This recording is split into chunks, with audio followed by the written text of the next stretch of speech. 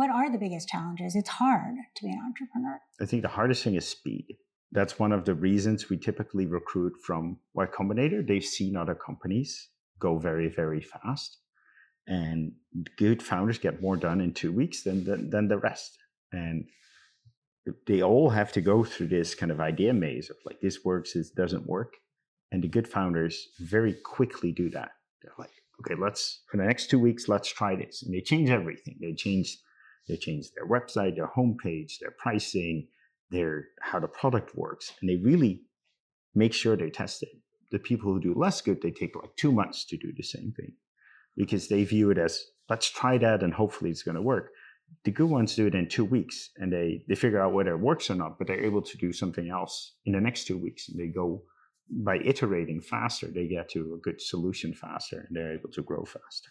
And is that what you call this? Is it iteration, this idea of going really fast, putting small things out that you're testing? Yeah, maybe speed of iteration, or just do it faster.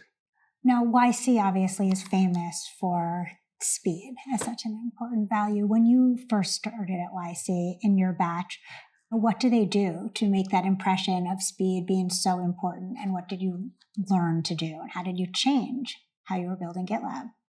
Yeah, so they have these group office hours every 2 weeks. And on the first one, you kind of say what your plans are for the next 2 weeks. And then all subsequent ones, you kind of review that. And we remembered kind of 2 weeks in, we talked about our progress against our goals. And then someone else talked about progress against the goals and said, she achieved so much more than us. And so the group mentors were like, yeah, well, this is really how much progress you should made. And we knew enough, like we weren't cutting it. So what weren't you doing that they were doing?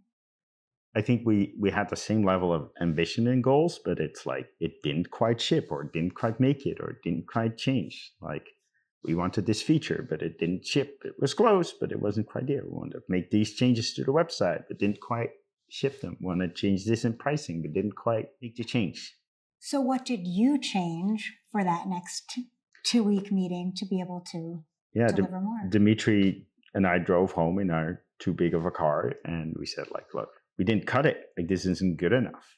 And we got to up our pace. So we came back to the home and said to everyone, look, this is what happened. We got to up our pace. And we had a super ambitious agenda for the next 2 weeks and we shipped everything. I think we shipped it in a week and we just reduced scope to make it smaller so we could get everything out the door.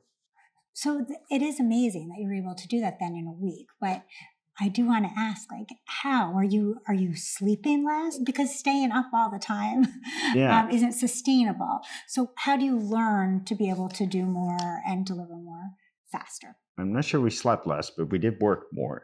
But the main thing was we reduced scope. Imagine if it's a homepage change. Homepage is like 5 scrolls or something. The most important thing is the thing above the fold that people open. Like we just change that, but get it out the door. Or a feature that you can ship. You can keep adding kind of functionality to it, but you can also get that basic feature out the door and then people can contribute back to it and you can get feedback on it. So the most important thing was reduce scope. And don't second guess yourself, just get it out there and know that the next week, if it doesn't work, the next week you can make changes to it. Okay. So it's kind of the birth of our iteration value because we needed that speed.